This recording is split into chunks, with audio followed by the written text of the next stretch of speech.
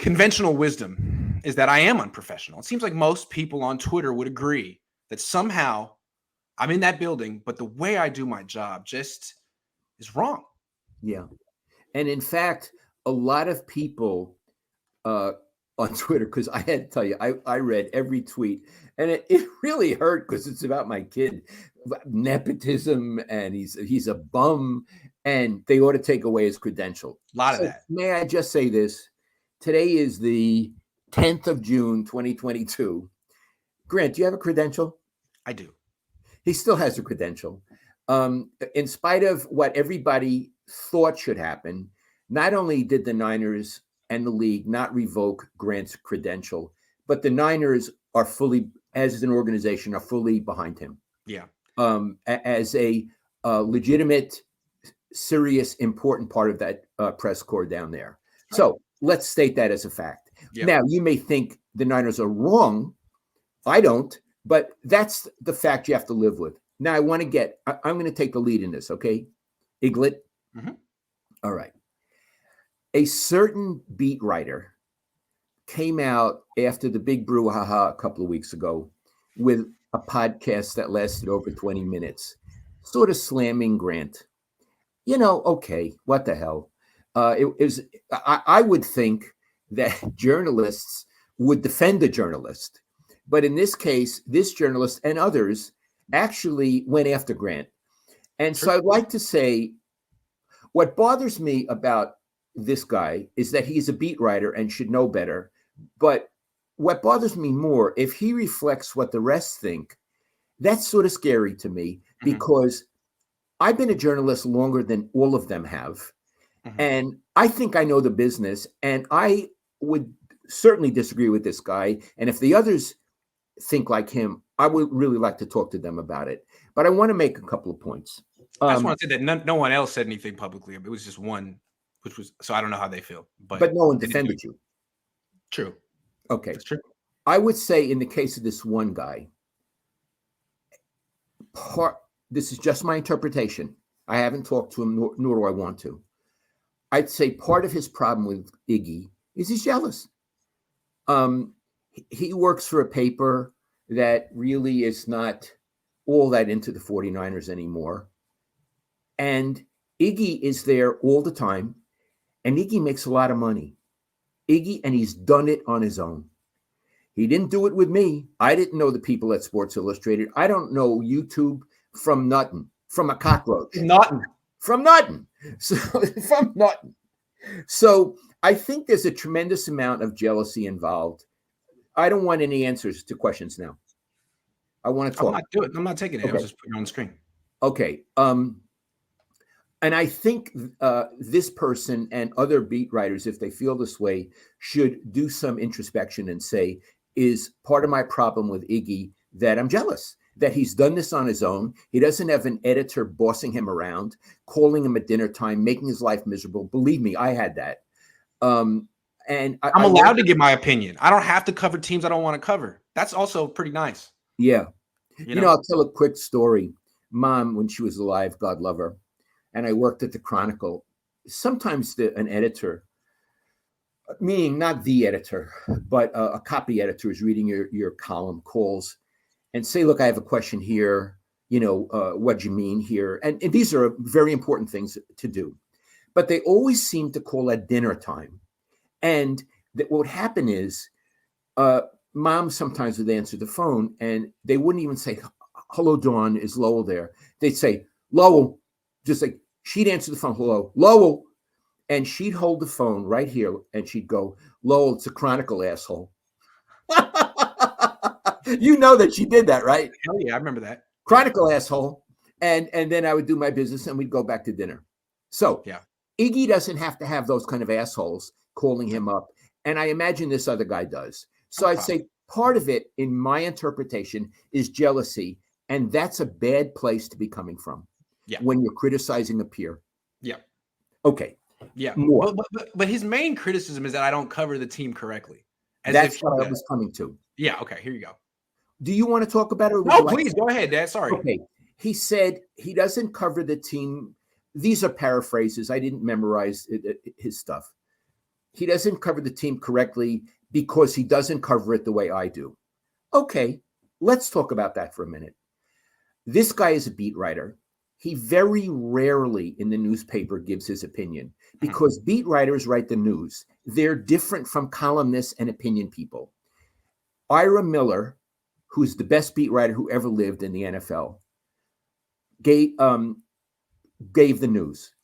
Once a week, he would have his opinion, a column, and it would be clearly marked opinion.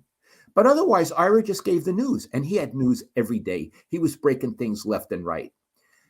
Iggy is like me. I was a columnist. My job was to give my opinion.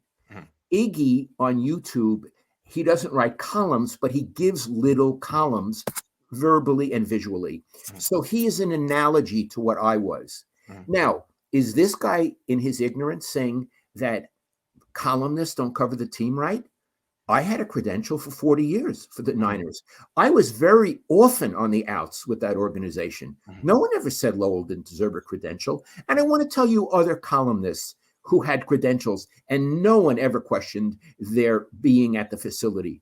Glenn Dickey, Chuck Nevius, Bob Podecki, Kawakami, Mark Purdy, Skip Bayless. Skippy, he was there. He was saying stuff. I mean, I'm Gary Peterson. I may be missing people, but there's a whole going back to Ring Lardner and Red Smith and Jimmy Cannon. It's a perfectly legitimate and necessary way to cover a team, to have people giving their opinion. And if other beat writers don't like the opinion, too bad. You're not there to give an opinion. You're there to give the news. And the columnist gives an opinion. And a columnist, every paper and every team needs columnists. In my book, Steve Young wrote the foreword, and he said Lowell was necessary because he kept us honest. He kept us hard. He was hard on us, and it was a good thing. So this guy doesn't understand how journalism works or doesn't want to understand it. And I find that very troubling. And if the other beat writers feel that way, I feel this is an era of journalism ignorance, Iggy. I mean, I don't know about this beat writer, like whether he's allowed to give his opinion or not. Sometimes your editor will say, "Look, you don't have those kind of chops. Just report the news. We don't want your opinion." Maybe he's there. I mean, I think a lot of these other beat writers would have the freedom to give their opinion if they wanted it. I mean, I just feel like ever since I got on the beat, one of the reasons I wanted to be so opinionated is because it would help me sort of be different. I think this reporter wants to blend in, which is different. You know, it's not the approach I took, but maybe it works for him. I don't know. It just feels like, how many Matts do you need on the beat? There's already 2, and they're great. You can't out Matt a Matt, and your name isn't even Matt. Matt, I don't want to be Matt number. I don't want to be Matty Jr., Matty the third. Some people do. So yeah, now, I just think it kills me that people think like that's the only way you can cover a team. Like, no, that's one way to cover a team. There's a lot of one way on this beat. That's why I'm doing it I'm doing it your way. And that's why the players are paying more attention to you than they are to the other guys. Yeah, that's why every player on the team knows who I am. Yeah. Yeah. Now, I have more things to say. Sure. This gentleman said in his podcast that he implied that Iggy antagonizes the players and he gets personal, which I disagree with. I don't think Iggy gets personal at all, but he criticizes players. I criticize Joe Montana. I criticize players. And he said that, he has a good relationship with the players. So I want to let you know, before we did this today, I called Ira Miller. He lives outside of Chicago now. Again, the greatest beat writer in the NFL ever, and my dear friend. I told him that Iggy and I were going to do this. And I said, Ira, was it important for you to have a good working relationship with the players? And this is Ira's answer. He said, are you kidding? He said, every time I walked into that locker room, there was tension. Every time. And he said, I didn't care what they thought of me. I cared about doing my job. I didn't care if they thought we had a good relationship. It was the least important thing for him. And I'm going to give you an example of Ira, which I may have told this story, but I love this story. We were in the locker room. They had moved to the new facility and from Redwood City, and now they were down in Santa Clara. And It was lunchtime. And by the way, Iggy, at lunchtime, all the players used to have, Ronnie Lott everybody was there. So Ira and I got 2 chairs and we were sitting talking to Brent Jones at his locker. Brent Jones had grown up reading us. He went to school in Santa Clara. He's a Bay Area guy. And as you know, Brent, he's a delightful person. So we're just bullshitting, okay? Jerry Rice comes and stands in front of us. And he goes, Ira, I want to talk to you. Really pissed. Ira had such poise. He looks at him, and I'll never forget this, Iggy. He goes, in this voice, Jerry, as you can see, I'm talking to Brent now. When I'm done with Brent, I'll talk to you. Jerry Rice, he didn't know what to do with himself, Iggy. He stood there in suspended animation, and he just sort of drifted off. He didn't have anything else to say. Ira just handled him. And Ira and he get along now, and as you know, Jerry and I get along now. He's an okay guy, but Ira's attitude is, who the hell do you think you're talking to? And I don't need to have a good relationship with you, even though you're Jerry Rice. And I love that Ira put it that way. Like, it's not important to have a good relationship with the players. Or, I mean, if you I have a good relationship with Jimmy Ward, that's great, but it can't be your first priority as a journalist, because if it is, there are consequences. What are the consequences of making a good relationship with your players your number one priority? Well, you become the press box tough guy. All the opinions you have in the press box, how real you keep it, all the truth that you spew, you don't write it, right. You don't say it because you're afraid to compromise your relationship with one of the. What if you said that one player has a messed up knee and he took offense to it? Well, now you don't have a good relation. Maybe all the players are going to have his back. Now maybe the whole locker room doesn't like you because you criticized one player. So you can't do that. So you got a lot of people who are afraid to give any opinions, and all they do is say that the team is good and that whatever the coach or the player said is the truth, and it's freaking boring. And again, your number one priority as a journalist should be to your readers, not the people you're covering. The readers want the truth. You can't be giving, a watered down product because you're most loyal to 53 people in a locker room who don't pay your salary. And who don't care about you. I mean, he's acting like he has a good relationship with the players. No one knows who he is. He might have a good relationship with 3 or 4 players. They don't know who he is because I'm sorry. Okay. And also, it's not just about injuries. It's also, let's say Jimmy can't make the throw down the field, or he can't throw outside the numbers. Maybe, I'm not saying this guy did, but maybe you'd sort of go easy on that because you don't want to hurt his feelings because you want him to talk to you. Or Navarro Bowman is washed up. That's a better example. I wrote that. It was hard to say. A lot of people were like, no, he's looking great out there. What are you talking about? No, he's not. So that's one. How about that? That's the best example that we've given. And the fans want the truth. They don't want you to maintain your relationship with the team. They want you to maintain your relationship with them by being truthful. It's interesting about the fans. They want the truth, but they also blame you for telling the truth. That's true. But the people that watch our show are the good fans. Right. The Cohn. They're the good fans. They're the smart ones. Yeah. Anyway. Hold on. It's not David Lombardi. David is not doing anything like David has never, ever mentioned me publicly. I just want to give him credit for that. It's not David. No. David's above it. I was thinking more. I got my notes here. Yeah. I had to write it because my printer isn't working. I think about how people in the presidential press corps handle the president and the flack, whoever it is who, fronts for the president during the week. When Trump was the president, Jim Acosta from CNN was brutal with Trump and with whoever, Huckabee, his flack was. And I encouraged to be that way. Yeah. I'm sorry? And he was he needed to be that way. If he didn't do it, we were going to get someone else who would. He was a very controversial president, in many ways a horrible president. And he was, Jim Acosta was correct. Now, it's different. Now there's a Democrat president, and Peter Doocy from Fox is doing the same thing that Acosta did. And he's hard on Biden and he's hard on the flack. Right. But the point is, he's no different from Acosta. And in each case, if you were to say to Acosta or Doocy, do you want to have good relationships with the flack or with the president? that wouldn't be on their mind. Their mind would be, I want to get the truth. I want answers to serious questions. Right. Now, football isn't like the president, but it's the same analogy.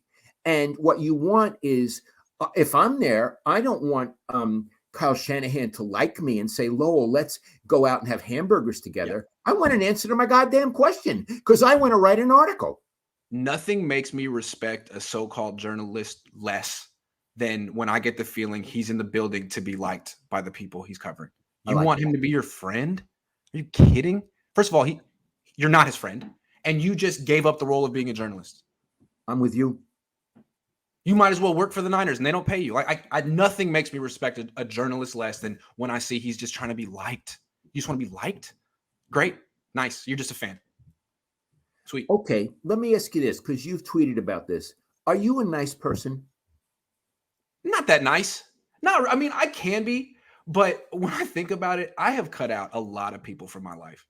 And when it's time to cut someone out, I'm pretty cold about it, and I don't think twice, and I don't give second chances. I think I have a tendency to let too many people in and want to like people. I love people. I love characters. I just get a kick out of meeting people. But then I think I give people the benefit of the doubt, and I'm always crushed when I'm let down. And then I cut you out. I mean, I want to say, no friends from college. My wife I met in college, but people I lived with, people I knew for years, I don't talk to anymore. It's the way it is. High school. I have most of my close friends are people I've known since I was 13, 14, 15, 11. People I really knew when we were all kids. That's how it's always been. And people I've met pretty much from like 19, 20 on, I've been relentlessly disappointed in. And once I feel disappointed, it's over. And I don't really feel like, if you like me, if you don't like me, you badmouth me behind my back, I don't give a fuck. You're not my friend. And what was nice is I feel like this whole thing, this last couple of weeks, really revealed who my friends are, which is important. I'm moving this new house. I needed to sort of like decide who I'm, in a metaphorical sense, who I'm packing up with me and taking here. And it can't be the whole world. And I really surrounded myself with like hundreds of acquaintances the last couple of years because I was riding high. And as soon as, I hit a little adversity, I saw who had my back and who didn't. I mean, I had people reaching out to me day it happened that I hadn't talked to in years saying, Grant, I just want you to know you're my friend. And I'm on your side. Like, man, I didn't know it was going to be that serious this week, but thank you for having my back. And then other people I didn't hear from at all that I thought were like, real close friends of mine. Your friend Milt from O'Dowd High School. I haven't seen him in years. And you appreciated it. It's like, okay, that's what friendship is. It's like, it's easy to be someone's friend when they're going good. But when something bad happens, like who's going to step up and be like, hey man, I'm there for you. Unconditionally. And in fact, Iggy, you've cut some people off from your channel, haven't you? Yeah. We're not going to mention names. No. But they should know that it happened and why. I mean, I just don't respect like people who were rocking with me and working with me for a couple of years, laughing at my jokes, like going along with the way I do my business. And then one player has an issue with my style of journalism. And a bunch of people are like, yeah, I don't really agree with the way Grant does his work. And he's going to need to adjust the way he does. Like, where the hell was that the last 2 years? So I don't respect that. And to me, that's a deal breaker. I mean, you're free to talk about me, but we're not friends. We're not friends. For what it's worth. So many people called me up that week. Hey, Grant, how you doing, man? I'm like, man, you didn't need to do this, but thank you. And then you had the people that were like, hey, I just want to say I'm friends with Grant, but I don't approve of what he did. Like, you're not my fucking friend. Who the fuck are you? I've met you maybe twice. Listen, you cursing. Sorry. I don't appreciate all these people being like, yeah, Grant's a good guy. He just needs to do a little self-reflection. Like, yeah, I reflected. You're not my fucking friend anymore. Fuck you. I reflected. I mean, the Niners didn't tell me I need to change my style of journalism. My employers didn't tell me I need to change my style of journalism. But these so-called friends that I've helped get in the game are like, hey, actually, Grant doesn't do it the right. I don't approve. All right, man, you're on your own. Show me how it's done. You show me how it's done. Let's see. You did give these people a start. I mean, you use the platform I help you build to say that you don't approve of me. All right, cool. You don't need me anymore. You just left the nest. You're out of the nest. Don't come back to the nest. You're out of the nest. You're out of the nest. But I do appreciate all the people that have my back. Jesse Naylor, Eric Crocker, a lot of people. Coach Noah Johnson. Iggy, for what it's worth, I'm that way too. My wife. Iggy, I've cut a lot of people out of my life. So is my wife. And two of you guys are more brutal than me. Like, as this was going on and people would say something, both of you be looking at me like, what do you think of that? What do you think of that? I'm like, yeah, that's pretty fucked up. I don't like it. So, yeah, I guess people are learning about the Cohns. Not that nice. But hold on. We're nice to each other. We are. We have if a you're very in nice family. And actually, you and I are sensitive and extremely loyal, but you got to come through the door. And there's a guard at the door. That's right. That's right. And I think my guard can be a little lax. So sometimes I got to kick a bunch of people out at once. Sorry. Noe GQ Pena says, I'm jealous of Grant because he can be around the Niners all the time and I can't. LOL. You cool, Grant. Keep it going. That's a fair reason to be jealous of me. The problem with sports media, says the Booze Bear, is all the clickbait, unbelievable trade articles that no team would make. Grant is pretty fair, in my opinion. Love from Petaluma. I like Petaluma. Thank you, the Booze Bear. James Self says, just an observation, but you're Jewish. Is your wife and father? Dad's Jewish. My wife is Indian. She's not Jewish. But we do have a mezuzah outside our house. So that's cool. Iggy had a bar mitzvah. I was bar mitzvah.